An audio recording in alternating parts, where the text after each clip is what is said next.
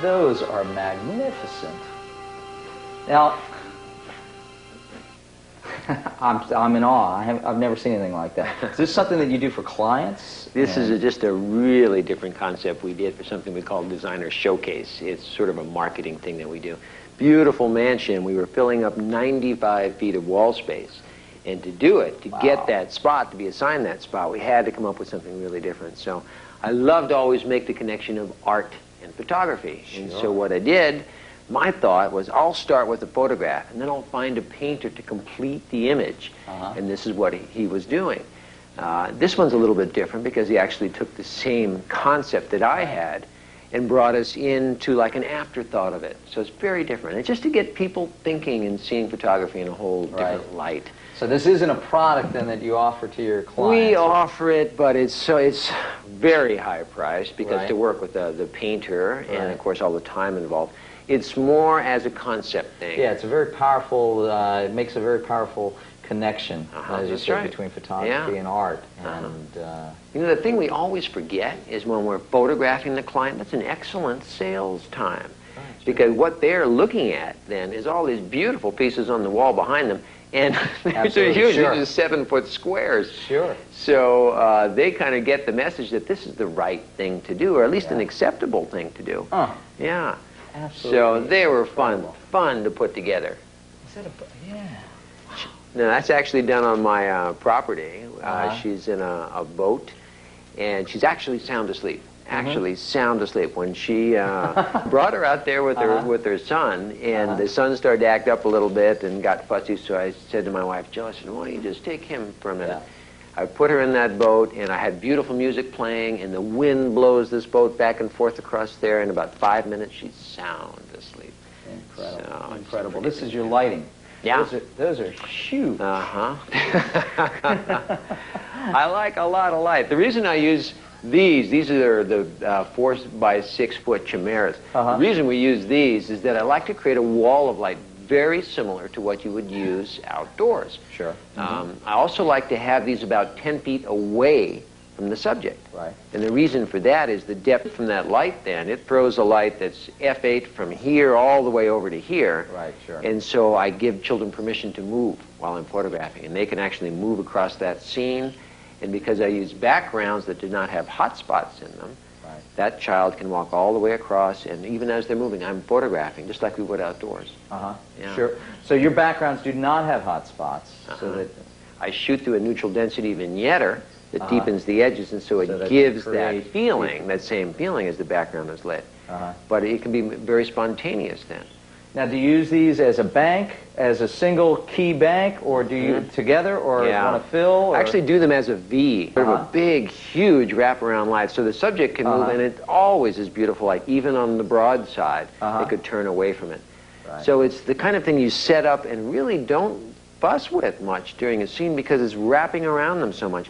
Then I'll have a reflector, a couple of 4x8 reflector boards on the other side, and that bounces enough light back in. And then one large light up in the ceiling, which is with baffles on it, and that's your separation light. Right. And that simple arrangement gets us through about 80% of what we photograph. Incredible, incredible. Now, you've got a number of props here. How do these relate to the psychographics? Psychographics, right. How do they fit Everything in? fits together. Remember, everything is for a reason, every line, color, and shape. And so since I photograph primarily women, I'll use pieces that have beautiful S-curves in them. Sure. The one thing that I always do when I design a portrait is start with a line. And when we go outdoors later on, you're going to see the first thing I'm going to look for is a line. And so you take a prop that has a line that goes like this, you simply repeat that shape with the pose of your woman, and now by simple repetition you've made an emphasis that graceful line, and psychographically that line represents freedom, represents love, represents femininity. You're just sending the right signals right away. So the pieces that have a more rectangular shape, like the desk and like this chair over here, that would be more for photographing men. It has a more masculine orientation because men are more angular. And the square and the rectangle represent solidity and strength. And the triangle, when it's going up like this, is actually a threatening shape. So you have to be very careful how you use that, but a triangle going down is more unifying and more strong. It's very interesting how all the shapes fit together. And I guess that would be an example of with the circles, the several repeated circles, then again for something soft and graceful like we did with the portrait of the young girl over here. This weighs 800 pounds, so I have to get my wife to move it out. I hardly ever use it because it weighs so doggone much, but it's very pretty. You know, I'll often create very different effects with the background. You can make a background look like 5 different backgrounds by using a long lens, and this is how we did this girl. I think I used the 180. I moved her way far away from the background, and that forces you to put a separate light onto the background. And then I just threw it so far out of focus and just used one little section of it, and then this little prop in the foreground, and if you moved her 10 feet farther back towards that background, you would have a whole totally different feel. Sure. So it's a good creative tool. Incredible. Neat. Let's go into your consultation room. I can see that.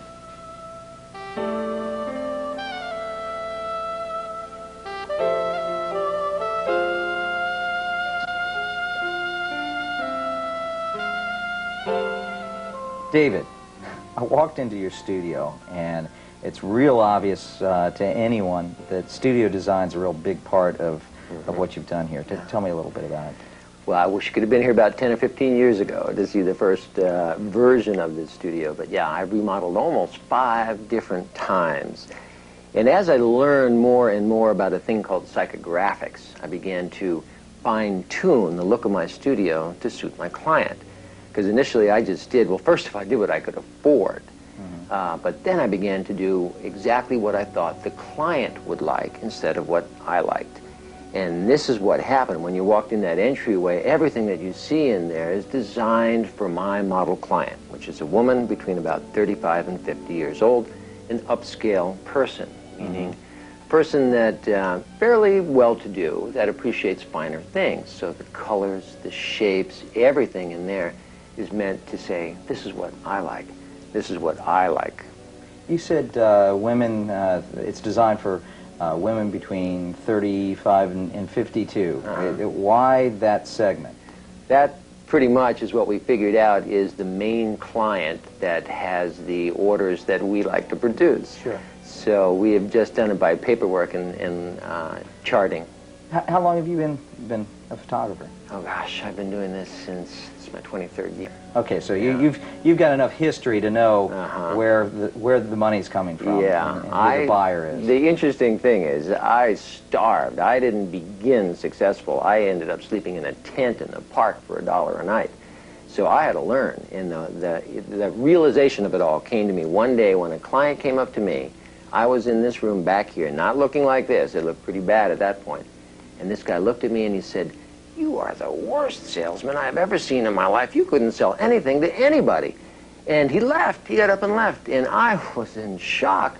But I realized at that point that photography was okay, my photography was good, but that didn't make the difference. I had to learn how to communicate with people. These were human beings walking into my studio, and somehow I just thought if they liked my pictures, they'd ask for big ones. And it didn't happen that way at all, not at all. You know, you mentioned the client told you were the worst salesperson. Right. And I think a lot of people think of sales, when we think of sales, we think of car salesman and that kind of thing. I've got a feeling that's not what you're talking about here. Not at all. So give me an idea of what you're really talking about. I do think much differently than most people do. To me, this is my passion as well as my profession, and it's based on my values about the things that I most deeply are concerned about in life. If you noticed, when you walked in around the side of the building, my main advertising sign, which faces Macy's, faces the busy downtown corner, says "Love one another." Doesn't say anything else but love one another. I want people to realize that what I'm trying to do here is not produce a flat piece of paper that they can put on their wall. That's not what they're buying here. What they're buying is the realization of a feeling that perhaps I have brought to the surface, that I have made them realize is important in their life, and then this photograph simply symbolizes that feeling. And so the whole sales process, if you call it a process here, is just getting to know people, getting to get under their skin, getting them to tell me what is really important in life. And if they can't do that, perhaps my communication skill with them, getting them to bring it to the surface just by questioning process, by interviewing them. Eventually, we find out a need that can be met, and we meet it with the picture. Sure. Getting back to the design now. So the design is part of the design of the studio is part of the sales process. That's right. And you mentioned the sign in the window. Give me some other examples of how the design helps you with the sale. And At one point in time, I learned a wonderful system called psychographics. And psychographics is the study of the psychological response of color, shape, symbol, texture on both men and women, on the subconscious mind. It's fascinating stuff. Corporations use this, and we don't even notice that they're using it. Every color that they choose, every shape that they choose, is really designed to give us a reaction, a response. And so when I designed the studio, I designed the shapes. For instance, the chairs that we're sitting in are round. They're an upscale color. They're a soft color. They have gray colors in them rather than very, very bright colors. That is because they're very, very welcoming. It's like this big open arms that say, sit down here, relax, you're welcome here. Even the shape of this table and the placement of these flowers. If you look at it from a distance, you notice that this is the shape of a heart. It's a subliminal message. Sure. And the red flowers in the middle, when they look at it from the other room, it actually draws them in. Because red is the color that symbolizes to a woman intimacy and warmth. And so I use that not only in the studio design, but also then in the design of the photography. Because it's one thing we forget about, that art is nothing more than a collection of symbols arranged in a way as to evoke a feeling or a response. So the whole thing fits together in this way. Sure. The client will come in, and I'll sit down and talk to them not about photography, but about their life. I ask them questions like, where were you born? Just out of curiosity, I say, where were you born? Were you born here? And they say, yes or no. And through a series of questions, begin to find out things that are really important to them. And there's an art form to that, to getting to just reach people on a very personal level. But it's something that I spent years studying. And outside of the photography industry, I take other seminars to teach me how to reach people. Once you learn how to do that, you learn to evoke feeling. And once you can touch on feeling, then you can design a photograph that symbolizes that feeling. Now think of the difference. Instead of just creating a photograph of something that you like, or your idea of a person, if instead that photograph symbolizes a deep need or a deep satisfaction for somebody else, when they see that, they want that feeling to continue. And so that's why they purchase the images, and that's why we sell the larger images. I understand. Okay. How about your philosophy with respect to the photography industry? Well, my whole Doing philosophy in reaching people is that love can build a bridge. That it really is something that you should first, with a client, seek to understand them first, then be understood. Mm-hmm. That is the underlying thing of my whole philosophy. If a sales process is about 80 or 90% emotional gratification, and by that I mean just making them feel good, affirming who they are, teaching them what's beautiful in their life, and just making them leave this place feeling a little bit better about what they stand for and what they live for, if I can do that, I've done my goal. Mm-hmm. And then 10% of that sales process is called rational justification. And that's simply when you explain to them why it is that wall portraits and canvas portraits and these size and this style, mm-hmm. why it accomplishes the goal that we want. You can do those two things, excite the heart, sure. and then explain artistically why art works this way. You're in control. And those people are very stimulated, and they literally tell me what they want. I don't have to tell them what to get. Sure. It's different. Sure. But the conversion process is remarkable. People will come in for, the first thing they say, I'm no different than anybody mm-hmm. else. First thing they say, they walk in, they say, I don't want one of these big ones. Right, I mean, sure. It's just like everyone else. And I say, well, don't you worry. Don't you worry. I want you to get exactly what you want. Mm-hmm. The thing is, when they're done, what they want is that. Sure. And so I just need a warm body to sit mm-hmm. in that chair and converse with me. And right now I'm doing all the talking, sure. right? But in a real consultation, I do all the listening. Mm-hmm. Sure. And that is the real art form, just to get them to open up, and especially with a woman. It's mm-hmm. amazing how a woman will respond to someone that just sincerely now listens to them. They tell you exactly what they want. Your portraits are all, to me, very emotional and very personal. And is that a reflection of your design exclusively, or is it a matter of a process that you develop with the client mm-hmm. to find out what it is that really they're seeking? Yeah, it's exactly that. In the process of that conversation, I'll ask questions about just informational questions, really, but I'm looking for something that has meaning in it. Mm-hmm. Now, for instance, the portrait that hangs behind us on the wall mm-hmm. of the little boy. Well, some people might look at that and think, well, gee, why is that done exactly that way? Why is that car in the background? Well, there's a story behind that. The father who came in for the consultation, I rarely get to talk with the father. It's a very sure. interesting process. When the father came in, the first thing he said to me was, you photographed my daughter in the past, and I don't really want to spend that same kind of money. Mm-hmm. She was a little girl, and it was very right. cute what you did, etc. But I kind of just want something real simple for my son. And what I knew he was really saying was, I don't really feel, the importance of this image kind of the way I did with the little girl. Right. And so I began to look for some reason to put meaning into that. Uh-huh. And we started off guy talk. Right. He drove a truck and I drove a truck. I said, well, right. we're right. truck guys. And, right. we were talking about automobiles. And the thing it bridged to was, he said, you know what, I run a business that was started by my grandfather. And the one thing that my grandfather gave to me as a gift was a 1929 Packard. It was his car. And all of a sudden it clicked in my mind the importance of all of this. And I thought, heritage. This is very important. He's running a business that his grandfather started. Then I asked him, I said, did your son ever get to meet your grandfather? He said, no, never did. And I said, wouldn't it be wonderful if we could introduce him to him and the importance of what he did and was? He thought, and he was real curious about that. I said, let's use the Packard. Let that Packard represent your grandfather and everything that he stood for. Right. And let's just talk about that. Let's just talk to your son about that.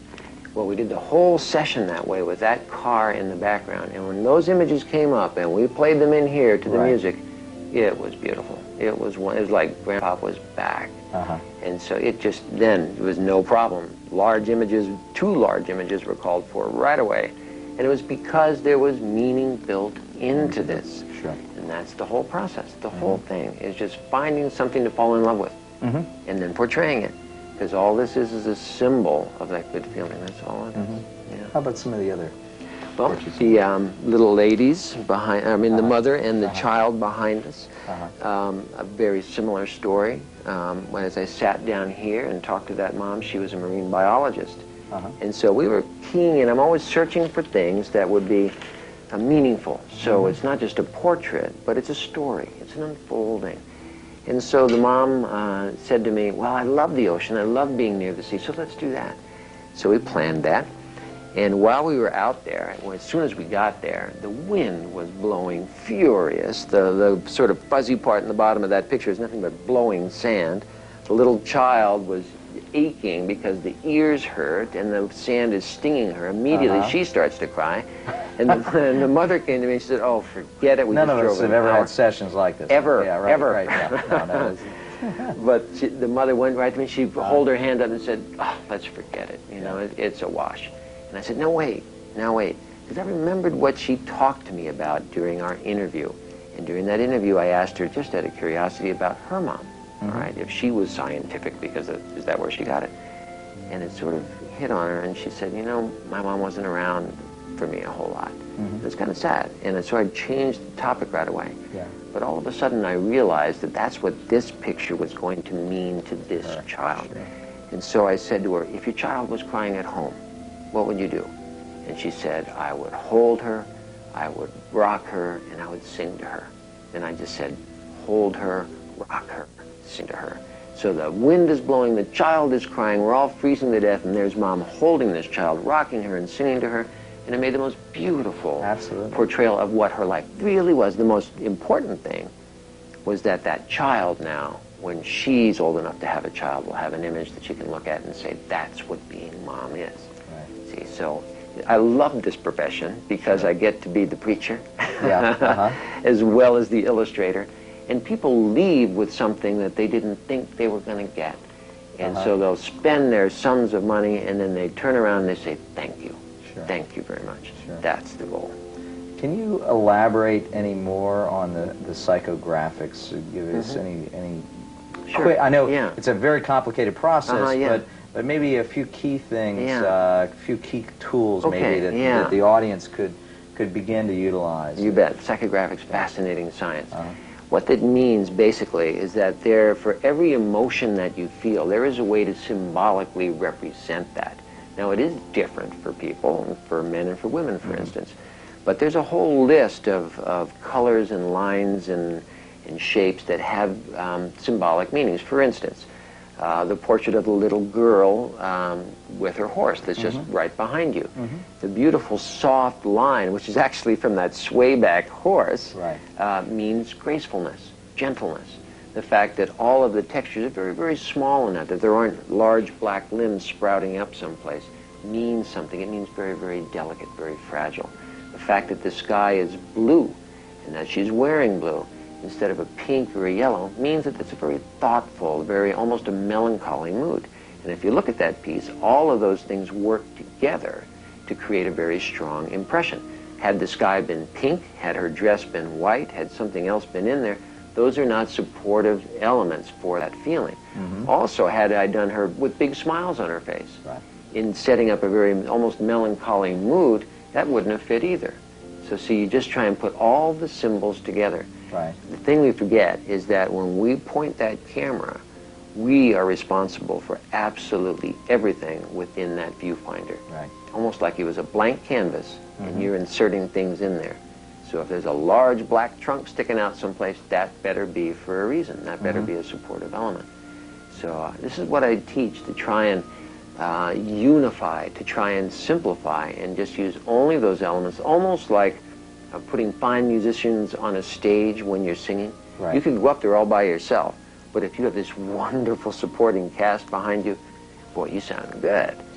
Is there a good resource material for psychographics? If I wanted to just to get started and learn something about it? Are there any books or I learned this in courses an $11,000 course that I took. Really? It's sort of a commercial, but I have my own set of materials that teach that, so I do have that. Sure. But you can find that around. You know, I listen to artists talk, and it's very interesting when they're talking and they're saying things like, describing their own work, saying, you know, the mood that I wanted here was very fragile, very delicate, and that's why I used this line over here.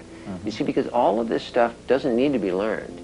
It's a built-in response. We all have it. It's just that we haven't identified it. We haven't keyed into it yet. We look at art and we say, gee, I love that piece. Then you ask the person why, and they don't really know why. Why, sure. It's because they're responding to all those symbols. I see. Yeah. Sure. Let's get back into a little bit of the process of what happens with a client. Okay. We've talked a bit about the consultation, but the phone rings is an example. Okay. And this probably combines your philosophy, the psychographics, and everything else. But the phone rings, and what are you trying to achieve from that phone call? Okay. And all right. Natural that when the phone rings, what you have is the scenario of client and photographer. And it's a sales situation, and so it's a tennis match. Right. Hit the ball, hit it back, try and scoot it by the other guy. You know, try and score a point. Right. All right, it's just natural. I try and get beyond that as fast as I can, and you do that by trying to reach that human being on the other end. You don't realize how powerful the sound of a voice is. That only 9% of your effectiveness comes from the words that you say, and all the rest comes from how you say those words. So I really pay a lot of attention to that human being on the other end, and I try and find out, why did you call? Right. And what's really important here? It's not easy to do over the phone. Right. Sure. It isn't. But what I can do is entice them into the studio. And so I paint a lot of word pictures. Very powerful tool in the sales business. Word pictures. What I'll do is this. If I ask them the question, well, who will the subject be? You know, and they might say, well, it's my little girl. Then I would immediately key in my mind to a picture that I've taken of a little girl. And I'd say, you know, what I'm looking at right now is this image of this little child, this most delicate little angel, standing out in a wildflower field at sunset. Light just skimming through the foliage, just caressing the top of it, little light on the edge of her hair. And this child isn't paying a lick of attention to me. She saw some birds flying. She's looking up to her right and just watching these birds fly away. That's the kind of imagery that I love to do, but you know I can't describe it to you on the phone. I would love for you to come in and walk through my gallery, because I don't shoot with a formula. I don't. My only formula is what you love. And I need to talk to you about that. I need to find out from you exactly the things that you respond to. So the idea of bring people in for a consultation, walk them through the gallery, but the real key part is just talking, caring about that person. And that's, you build trust. Sure. Doing that. If you can accomplish that, if you can walk over that bridge and meet halfway and say, you know, I trust you, then you're not selling anymore. Then you're really just helping. You're meeting a need. Marketing to me is finding a hurt and making it go away. Right. If you do that, wow, people will pay you anything because they just want to feel better. Okay, the client comes in, and you greet them, I assume, and come into this room. Walk me through another consultation. Okay. We're really almost done too. But walk me through okay. another one. All right. Okay. The first thing I would do is I would have them walk around the room, and it's very important the way that we have set up this room. Okay. That there be a response to the way that these pictures are placed in there. Okay. And I would walk them around. I would just say, well, you know, take a little stroll through here and tell me the picture that you like the most, and then tell me the picture you like the least. Okay, and I'll be back in a minute or two. And I give them a couple minutes to stroll around. Well, the beautiful soft music is playing, nice fragrances, there's nice soft textures around. We're letting all 5 senses affect this person as they walk through here. Now, the room is set up a certain way. If you notice that I will group low-key pictures in one area of the studio, high-key pictures in another area of the studio, scene pictures that have a lot of space around them in one area, closer up pictures in another area. The reason for this, I don't want to confuse people. I also want them to go to the area that they love the most. And so you'd never put a high key versus a low key right next to each other. The reason for it, they may love the high key and hate the low key. Right. Therefore, you've just cut your response in half. In Gotcha. half. It's like going into a restaurant and smelling the scampi, but you hate the smell of the liver cooking over there, and so you don't want to mix the two together. So I concentrate the response, and I've actually laid out my studio that way. Then they go to their favorite area, you see, and even the soft focus pictures are in one area, the sharp pictures are in another area. I said, gee, what was your favorite one? And they'll go over and they say, oh, I love that one over there. What did you love about it? You know, I always tell them, that's the one everybody loves, because, you know, they like to feel smart. Sure, they like to feel like they're just right. like everybody else. Reinforcing. And then I'll just say, well, you know, the reason that that one looks the way it does is because of the time of day that we worked, or perhaps the clothing, perhaps the color harmony. And I look for anything I can to give them the Art 101 lecture. Sure. Most people, when they come into a studio, are not art-oriented. They just like to look at and the feel of this stuff. Right. And so I educate them as we go. And it builds confidence to people. It really, truly does. So an important part of this is that we establish ourselves as the doctor, as the trusted one. And your clothing, what you wear, this is much more casual than what I would wear, you know, for a client. I mean, in fact, I'll even bring a separate set of clothes if I'm going to be talking to a man that day and a woman later on. I'll change clothes. Is that right? I'll have different clothes, yeah, because again, the psychographics. Blue represents authority. Right. Soft white represents gentleness. So I'll dress for the feeling that I want to evoke. But anyway, I'll walk that client through the pictures, tell them the stories, and then we'll sit down and we'll begin to talk. And for instance, I might just ask you, Ed, when was the last time you had your portrait done? Sure. Okay. When was the last time you had your portrait done? When was the last time? 2 years ago. 2 years ago. Okay, who did your portrait then? Actually, my wife took that portrait. Oh, really? Really? I'm going to be a difficult client. Yeah, I think so. When you were growing up, did you guys have a lot of pictures done? No. No. I see, neither did I. And my dad was on the road all the time. I love I still do. Missed him terribly. The great thing I remember are those reunions. There's a picture in my mind, stuck in my mind of my father, and he's like this.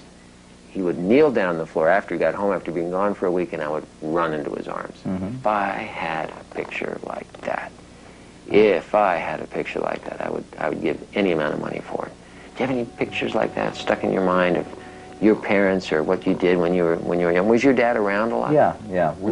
We sailed. You did? Yeah. That's probably and my you still fondest sail. memories. Yeah, and I so still this sail. is a gift he gave you. He Yeah. taught you to love that. Yeah, absolutely. Did you ever go sailing with him as a? Oh yeah, an we adult? used to take off after work. My mother would drive me downtown to his office, and we'd take off and go down to the bay. And go sailing. We used to go night sailing all the time. Oh, you're kidding? Yeah. How cool! Now, have you ever? Now, do you have children? Yes. Yeah. Right, And do you have a son? No, I don't have a son. No, I don't. Well, neither do I, Ed. I tried 3 times, picked out the boys' names, but never got to use them.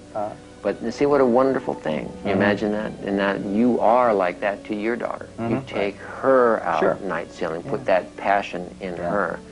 See, this is what I want to put on film, is something really, really magnificently beautiful about your life that you want to give to her. So that this portrait is not just a picture of what you look like, but when she's an adult, and she's going to have children, she can look at this and say, that was my dad. Sure. That was my dad. This is what he did for me. And she's going to tell about you to her child. Something important. That's what I want to put on film. And through this questioning process, That's amazing how you got to that. That really is. Yeah, and it's really not, it's not hard. Yep. It's a matter of really wanting to understand the human, really caring, telling yourself, and this is hard with some people, it's really hard to say to yourself, this is the most fascinating human being I've ever met. I'm going to find out everything I can. In the next half hour, I'm going to find out everything I can. And you listen. And just your body language, you're leaning forward, you're paying attention to them as well. You know, you can find out how to reach a human being simply by the signals they give you. You know, the very comfortable, confident way that you sit, okay, tells me, and I know you're the entrepreneur, I know that your ideas are most important to you. Your ideas. And so I would treat you in a way that make it sound that whole design of that whole picture would be your idea. That would make you feel very comfortable. You would probably feel very uncomfortable if I led you through that process and made you feel trapped. You'd want out of there. You'd rebel. You would fight against it.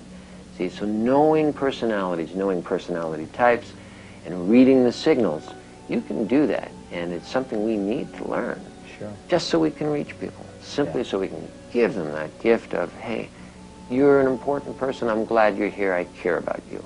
Yeah. Simple, simple message, but to do it where they believe you, where they really trust you, that's an art form. You can't fake it. Yeah. You can't fake it. If you had to think of a story about one of your clients or something that sort of illustrates all these points coming together, have you got anything like that? I've got one. Yeah? I've got one. I tell it to almost every couple that comes in here, and I just did it recently. In fact, we just got the pictures back. Wonderful, wonderful session. It's an older couple. They had strolled by the studio just as a walk-in, a walk-by. They had probably saw a family portrait out in front, and they came in and they said, we're thinking about a family picture. We're grandparents, you know, we'd like to do one with the grandkids, etc. And so I sat down and talked to them a little bit, and I said, you know, that's a great idea. I said, is it hard to get those kids together? And they said, yeah, really, really hard. And I said, you know, I have another idea, perhaps, what we could do first. I said, I would love to photograph for those grandchildren the reason why they're here.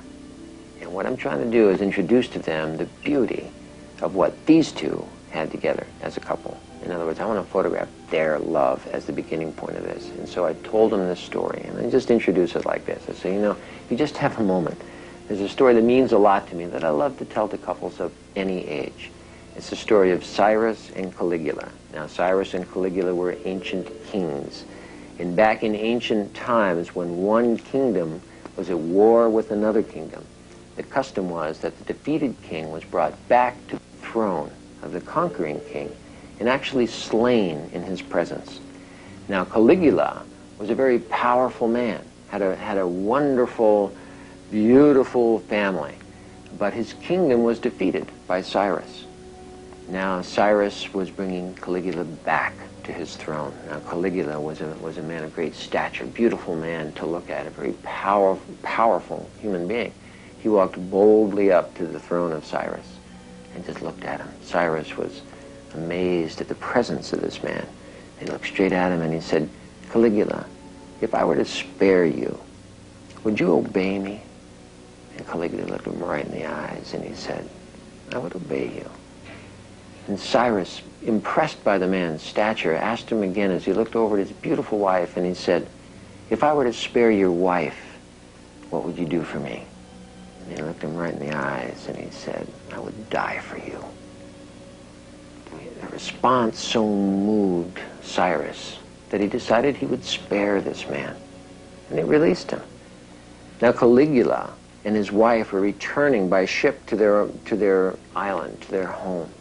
He was just amazed at the day's events, and he went to his wife and he said, my darling, did you see the incredible power of that man's army as it surrounded the castle? And his wife said, I didn't see. He looked at her again. He said, well, then did you see the incredible garments that everyone in the court was wearing, the jewels in that man's crown? She looked at him and said, I didn't see.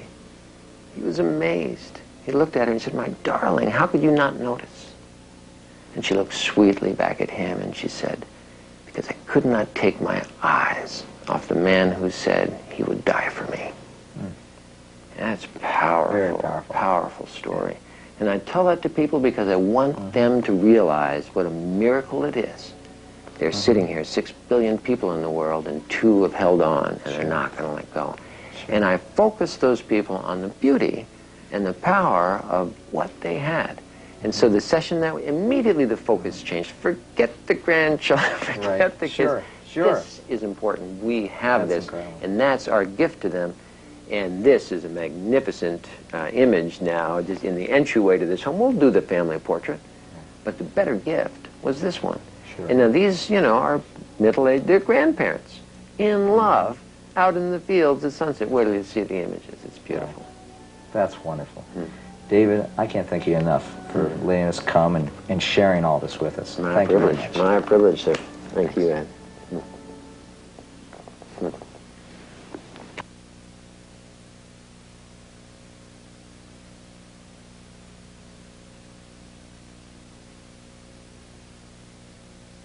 It's over. What I just finished doing was walking an S-curve into this field. Sometimes you'll start with a field with very, very pretty textures, but no lines. And the most important thing in a portrait is first a line. So we started by walking along the rim in an S to actually create a line in the grass just by pushing the grass down when we walked. This beautiful scene is set up for correct psychographics. And what I mean by that is all the colors, all the textures are very delicate, very soft pastel, because the story we're going to tell is one of innocence and delicacy. Very, very soft light, very pretty little girls. We're going to look for all the repeating lines. So even in their fabrics, on their dresses, when they're walking, I'm going to try and hang some of it up in the grass so it creates a pretty little S-curve. First thing I always do when I'm photographing children is give them permission. I don't make them do anything, really. I put them in a scene and I let it unfold and I watch. Because there's very little that I could do to create the innocence that they already have. So I observe it, I capture it, I watch for it, I wait for it. So this is the way I interact with children. I'll get them to think about things, then I'll move off to the side of the camera, and then I'll let them react to me, but never back at the camera. And I never, ever tell them they're doing anything wrong. I always approve, and that always gives them that permission. Are you ready, pretty girls? What do you hear? Listen, listen. Look.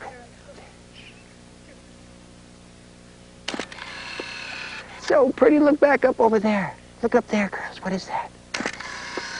Oh, so beautiful. A hippopotamus? Oh, my goodness, you have a good imagination. Very good. So pretty. I'm going to walk over towards the hippopotamus. Hope he doesn't get me. Hope he doesn't get me. That's a hippopotamus? You better apologize to that lady when she walks by. Who's that? Tell Tara a secret real quick. Go ahead.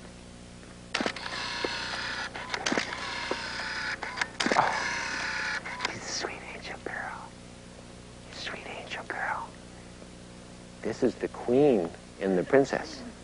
They own this park. They're just letting us be here. They are. There they go. There they go. Okay, angel girls. Now watch. Let's make up a story, Joanna. Let's pretend that we're out here and we're looking for buried treasure. Okay. Buried treasure. If you found treasure out here, what would you do with it? I would keep it. You would keep it? Maybe you'd buy stuff with it. What would you buy with it? I will buy a people. A people? You would buy a people? I think I love you. I You know think what I I do. would buy? What? I would buy nothing. Nothing. Oh, I would buy nothing. you would save your money then, huh? Is that I what will you would do? buy nothing. Oh, my goodness gracious. I tell you what. You have such a pretty bouquet there. Why don't you pick a few more little pretty grasses to put in your bouquet, and then we'll compare them and see who has the prettiest one, okay? Go ahead.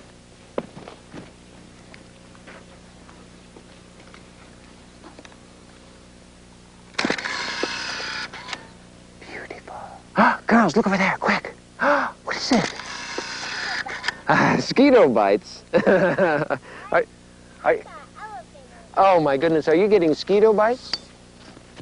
I'm constantly changing horizon lines because it's the key line in a photograph.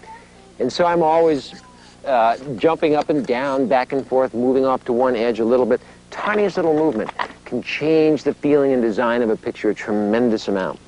So I switch from verticals to horizontals, and I decide later. What's happening here? The pretty, pretty light that we've set up for the scene is created by the open sky. The sun has just set on this far hill over here, and so there's a little bit of a direction of light coming from this side. But the primary light is coming from the large expanse of open sky to the right. And it lights the field perfectly evenly, so those children can walk 100 yards back there and we never have to change exposure. That's so pretty. Always trying to set up a natural scene, something that's believable, that's really, really happening. So anything, even the one child pushing another child down, is valid if you take the picture of her helping her back up. You'll see when a child starts to move, it's elegant, it's graceful, it's beautiful, nothing stiff about it. But when they're just standing there waiting, there is sort of a stiffness. So always a movement, always get them involved in something. Okay, you know what? See here on Tara is a beautiful backlight. Very, very soft backlight. The light on the face appears minimal to your eye, but don't be fooled by that. With the correct exposure, if you're metering right here, right back at the camera, what you're going to get is a beautiful rendition of light for the face, and this whole scene in the background is going to go a little bit higher key. Now, another very pretty way you can use this light is as the key light. Right now, it's the backlight, and the key light is coming from the open sky. But watch what happens when I turn Tara to look down that way. See the beautiful light that crosses her face? That's using the setting sunlight, which is diffused because of the mountain, as the key light. And so the ratio is greater, highlight to shadow. When we turn her back this way, look back over this way now, it's softer.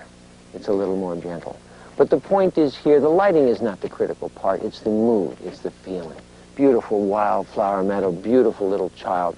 Let's just take her for a little walk back here, and I'll quickly do a few images. What about the candy? That comes at the end when we do good.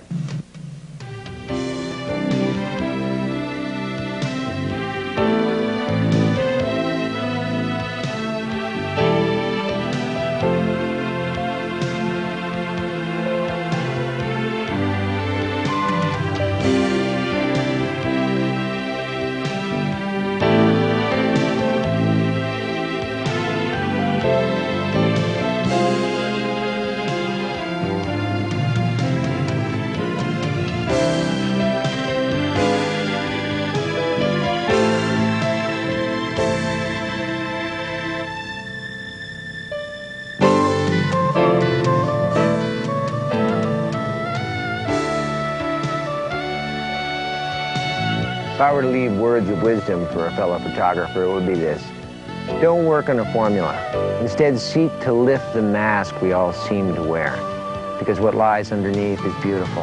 It's that tenuous link of love and humanity we all share. Go for that, reach for that, and you'll create beauty.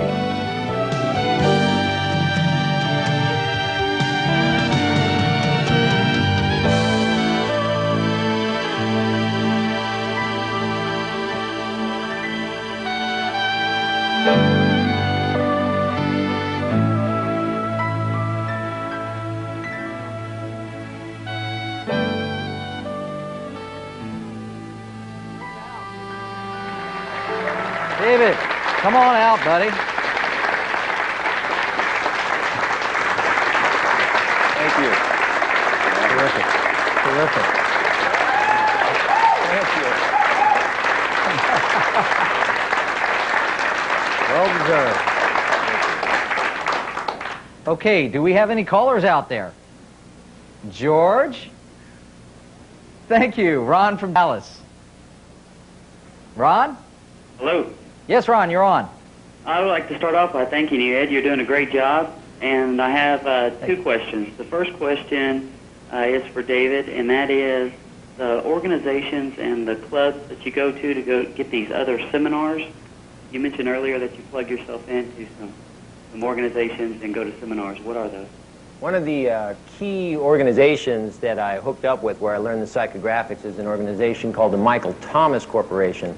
And that's a small business development group out of Petaluma, California. Very intensive. But I take all kinds of seminars. I'm working with a place called the Learning Access, where I take just day-long ones all the time. I take a lot of seminars outside the photography industry to learn just the other elements of sales and psychology and marketing. Okay, great. And the second question is, you mentioned your V lighting when you were in your studio. And how big is your studio? My studio is rather extensive. It's probably 14 feet wide and about 35 feet long. When I set up that V, I'm doing it so it'll be a huge wraparound light. I set one light off to the side, the other just coming around the corner. And working that way, I can illuminate just like I was working with the window light. I think we have another caller on the line. Carl from Albany. Carl? Yes. Hello. Hello. Yeah, David. Carl. You have such a dynamic understanding of people. I really appreciate it. It's fantastic. Thank you. Well, what I want to know is how much time do you spend with each client from the moment they come into your studio to the time you've finished their portraits? It's a good question. I try and give everyone at least a half hour of my time. Quite often it'll take an hour. It depends on the individual. When I'm really stuck, I could do it as fast as 20 minutes. But I give them as much time as they need. Okay, I think we have Patty from Charlotte. Patty? Yes? Yes, you're on. David, I want to know, how do you achieve that natural look in your posing? Aha, good question. Naturalness is most achieved by just giving permission to the client, to just talk to that client, let them feel so comfortable in that situation, and never ever say that they're doing anything wrong. If I make a correction, all I do is I go up, I do it, but I never say, oh, change this. I just fix it and let them always feel like they're doing it right. And then I watch and I observe, I back away, take off the pressure, and that's where the naturalness comes from. Paula from Buffalo? Hi, how you doing? Hi. How do you communicate with your customers to get that closeness with them?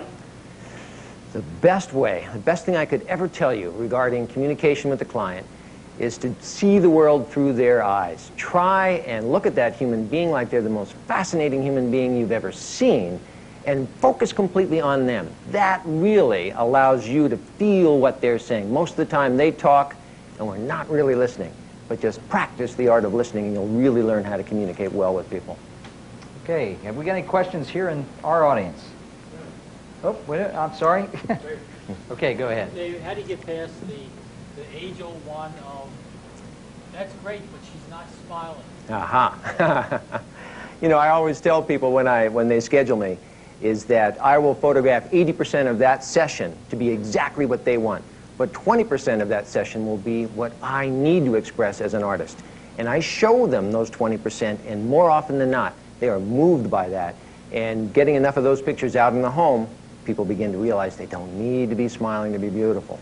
David, if you had some words of encouragement that you could, you're our last speaker, Yeah. we'll be back for the panel, but some words of encouragement for our audience out there, what would those be? On a personal level, I would say to photographers, first study light. Fall in love with light, all the nuances of light. Light is the hero of our medium. If you can learn how to master light, how to use light, you'll take a giant leap forward. Fall in love with art, fall in love with beauty. Get passionate about it so you can't sleep at night thinking about it. On a personal level, fall in love with humanity. Fall in love with the human spirit, just the pure beauty of the human spirit. Fall in love with someone and never let them go. Together, two people can achieve a dream. Don't look at education as an expense, as a cost. Look at it as an opportunity, as a chance to just leap ahead of the crowd and never, ever settle for anything less than the best. You were born with a box of 64 crayons. You got all the colors in that box. The world takes them away. You get them back. It's your dream. You make that dream happen. You have a right to it. And if you get discouraged, call me. David, thank you. Okay. Thank you. We're going to go out to the trade show one last time, and then we'll have everybody back out here. Thank you, David.